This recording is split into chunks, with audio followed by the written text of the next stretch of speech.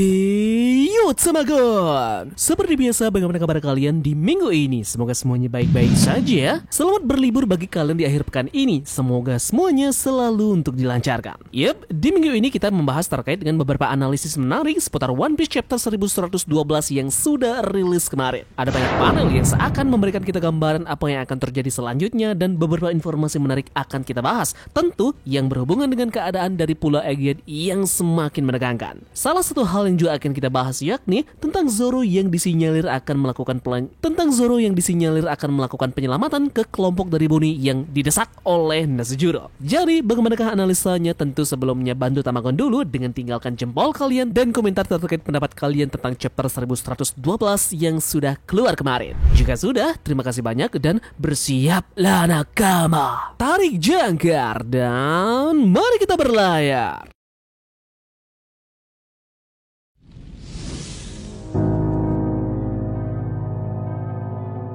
Dalam chapter kita kali ini, kita benar-benar dapat merasakan evolusi dari kru bajak laut topi jerami, baik secara individu maupun persepsi orang lain terhadap mereka. Banyak dari para marinir yang mengatakan bahwa Luffy sudah pantas menjadi seorang Yonko. Begitu juga dengan beberapa krunya yang sudah benar-benar melawan prajurit tingkat tinggi dari marinir. Nah, tak lama kemudian, Nesujuro mengumumkan sesuatu yang cukup menarik. Dia menunjukkan bahwa sangat konyol jika Vegapunk memberikan kekuatan destruktif yang mampu menghancurkan satu negara pada anak yang berusia 12 tahun. Nah, sekilas hal ini tampak sepele, namun ini kembali mengacu pada teori kemarin yang menyebut bahwa teori Im-sama bisa saja adalah seorang anak kecil, terutama yang terinspirasi oleh karya seperti Where the Wild Things Are. Nah, pernyataan dari Venus ini mungkin agak ironis ya dan munafik, karena kita tahu bahwa Im-sama memiliki Mother Flame, senjata yang mampu menghancurkan seluruh negara dengan satu kali serangan. Ini sama saja halnya dengan Bonnie yang dikatakan berusia 12 tahun.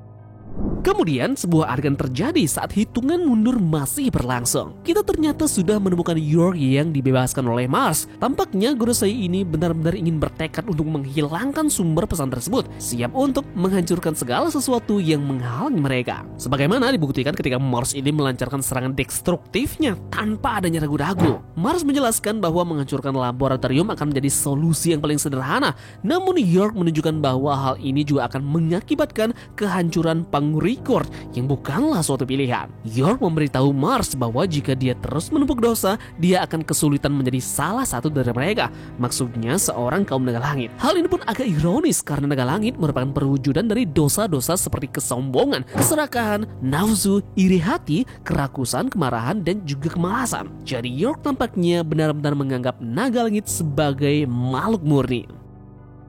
Oke, selanjutnya kita melihat Kaku yang akhirnya diselamatkan oleh Mars mengikuti permintaan dari Lord Lucci. Tampaknya stasi siap menjalankan misinya untuk menonaktifkan penghalang dari pusat komando. Hal ini mengingatkan kita lagi pada peran dari Monet di Punk Hazard, yaitu mengorbankan dirinya sendiri atas nama Doflamingo dan juga menarik paralel dengan Bone Clay yang mengorbankan dirinya untuk membuka pintu keadilan Impel Down. Alur cerita ini benar-benar mirip dan mungkinkah juga nanti stasi ini akan menjalani hal yang sama dengan karakter-karakter tersebut.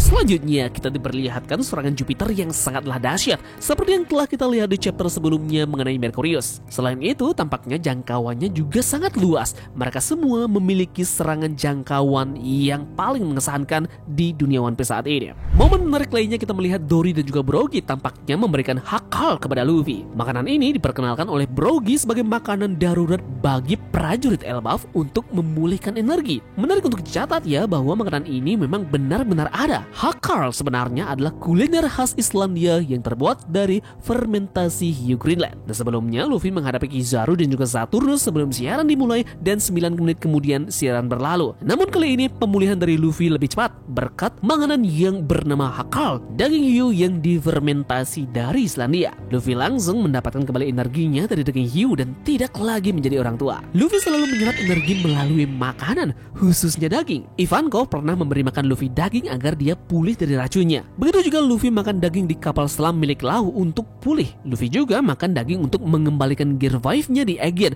Dan terakhir, Luffy memakan daging hiu untuk mendapatkan energi kembali secara instan.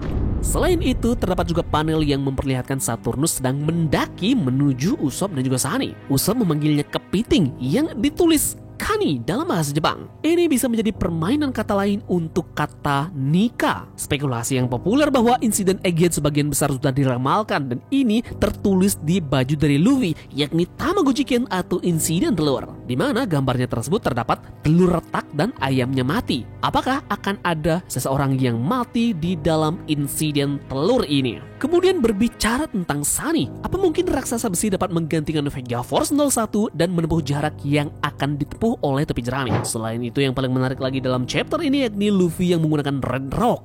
Tetapi serangan itu tidak menimbulkan kerusakan apapun pada Warkuri dan tangannya pun terluka. Bagaimanapun juga Warkuri ini adalah fengsi dan kulitnya tentu sangat kuat dan juga fleksibel. Jadi bagaimana cara untuk melawannya? Tentu ini masih belum bisa kita bayangkan.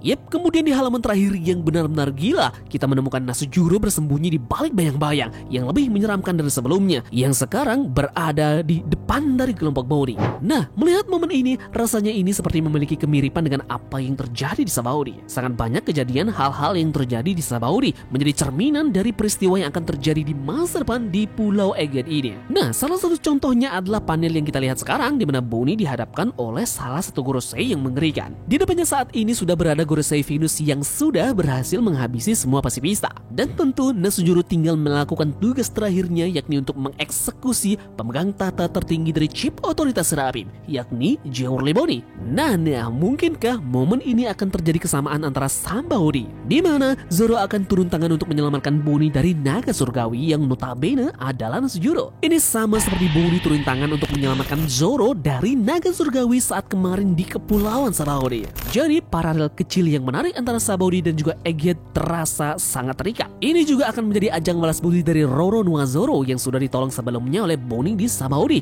di mana dalam momen tersebut Zoro ingin menikam kaum naga langit yang sewenang-wenang dengan budak, namun ditabrak oleh budak kecil agar hal mengerikan tidak terjadi kemarin. Jadi apa ini nantinya akan menjadi pertemuan pertama mereka sesama pendekar pedang dan ada kaitannya dengan koneksi mereka terhadap Pulau Wanokude. Panel ini membuat Tamagon sekali lagi kepikiran tentang Ghost Rider. Nah, Ghost Rider adalah anti-hero dan juga iblis neraka. Sementara itu Zoro ingin menjadi raja neraka. Yup, Nasujuro mungkin akan menjadi lawan yang akan dihadapi oleh Zoro untuk menjadi raja neraka.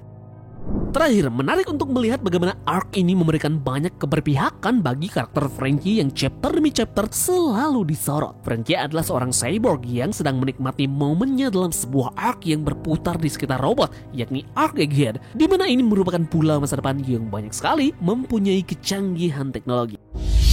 Yep, dan kesimpulan yang paling menarik pada chapter ini yakni kita akhirnya melihat Mars setelah tiba di tujuannya berdiri di depan dari Denden Mushifegapa. Namun sepertinya ada sesuatu yang menarik perhatiannya. Ada efek suara gelembung atau cairan yang langsung membuat kita tertarik untuk memikirkan sesuatu. Yep, untuk hal ini Tamagon akan bahas lengkap di video besok.